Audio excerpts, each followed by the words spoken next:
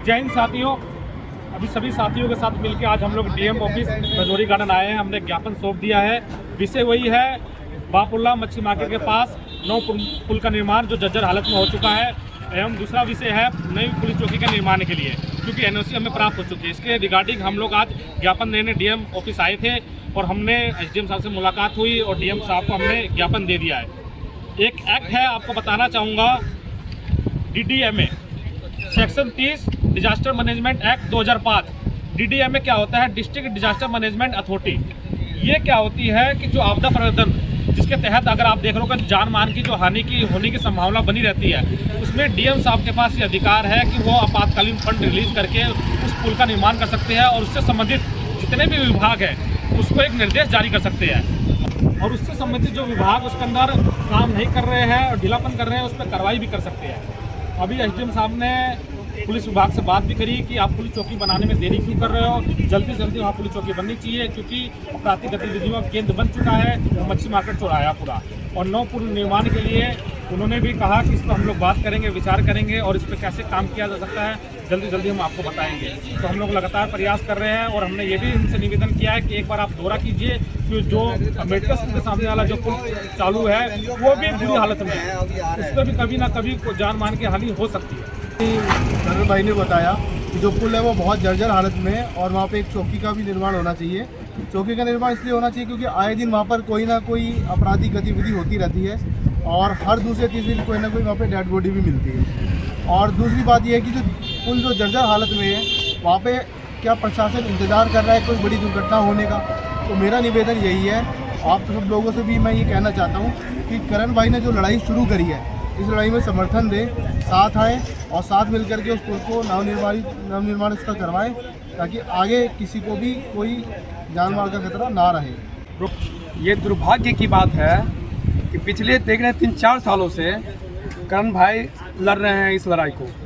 ये कहाँ नहीं गए, मैं आपको बताता हूँ ट्रूथ। सबसे पहले वो गए इस लड़ाई को लड़ने के लिए, पुल के निर्माण और पुलिस चौकी के लिए सबसे पहले गए वो SHO के पास। कई बार SHO के पास गए, इसके बाद SHO ने बोला कि बन जाएगा। फिर इसके बाद ACP के पास गए, वहाँ से भी मिला उनको बन जाएगा। फिर गए किसके पास? ट्रांसपोर्ट मिनिस्टर, जिनको जिताया गया। पिछला जो हमारे MLA थे आम आदमी पार्टी के, उनको हरा के इनको जिताया गया था। वहाँ भरपूर मात्रा में वहाँ के लोगों ने भारी तादाद में वोट दिया था। इसलिए दिया था कि ये शायद हमारे लिए काम करेंगे, लेकिन उनके कानों में बात पता नहीं क्यों नहीं जा रही है। वो बहुत ही युवाओं को ना बहुत ही वो हल्का में ले रहे हैं। उनको ये पता नहीं है कि ये मुद्दा इतना बड़ा हो जाएगा कि उनको है ना समझ में आ जाएगा कि ये युवा क्या कर सकते हैं, नहीं कर सकते हैं। समझिए कि 3 साल से सिर्फ उनको दोहराया जा रहा है। इनके साथ सभी लोग जाते हैं, हम लोग जाते हैं, देखते हैं कि खाली सिर्फ होता क्या है ना, सिर्फ बताया जाता है कि बन जाएगा, सिर्फ परमिशन मिल जाता है वहाँ से और हो कुछ नहीं रहा है काम। अभी हम लोग डीएम ऑफिस आए और यहाँ से भी हम लोगों ने परमिशन लिया, यहाँ से भी फ़ोन किया गया SHO साहब को। अब देखते हैं आगे होता क्या है। लेकिन हम सबसे पहले हम बोलना चाहते हैं ट्रांसपोर्ट मिनिस्टर को कि उन्होंने हमने इसलिए बनाया था क्या कि ये सिर्फ बैठ के तमाशा देखे और हम युवा भटकते रहे। कितनी दिन हम लड़ाई लड़े इस चीज़ के लिए, एक मुद्दा के लिए? क्या हम सालों साल एक ही मुद्दा के लिए हम लड़ते रहे क्या? सालों साल इस मुद्दा के लिए करण भाई लड़ रहे हैं, लेकिन अभी तक इसका सोल्यूशन नहीं हुआ। तो आने वाला समय में पूरी जितने भी वहाँ की जनसंख्या है, जितने भी जनता है ना, सारे लोग ना इतनी बड़ी यात्रा करेंगे, इतनी बड़ी आंदोलन करेंगे कि पंकज सिंह को है ना सपने में भी समझ में आ जाएगा कि उन्होंने पुल का निर्माण क्यों नहीं किया।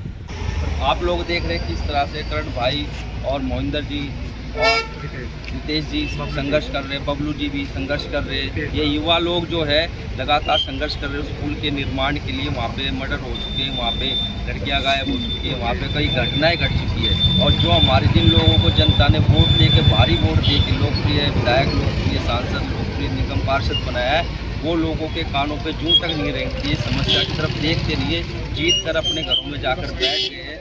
आने वाले समय में जो है ना जनता इसका जवाब जरूर देगी। बस आखिरी में यही कहूँगा साथियों, हम लोग हारेंगे नहीं जब तक जीत नहीं जाते। बस आप लोग अपना साथ देते रहिए। फेसबुक पे और जितने भी जगह आप लोग सोशल मीडिया चलाते हैं उसको शेयर कीजिए, जिससे कि जो बहरी गूंगी सरकार है उनके कानों में ये आवाज़ जाए। बस आखिरी बात यही कहेंगे। धन्यवाद।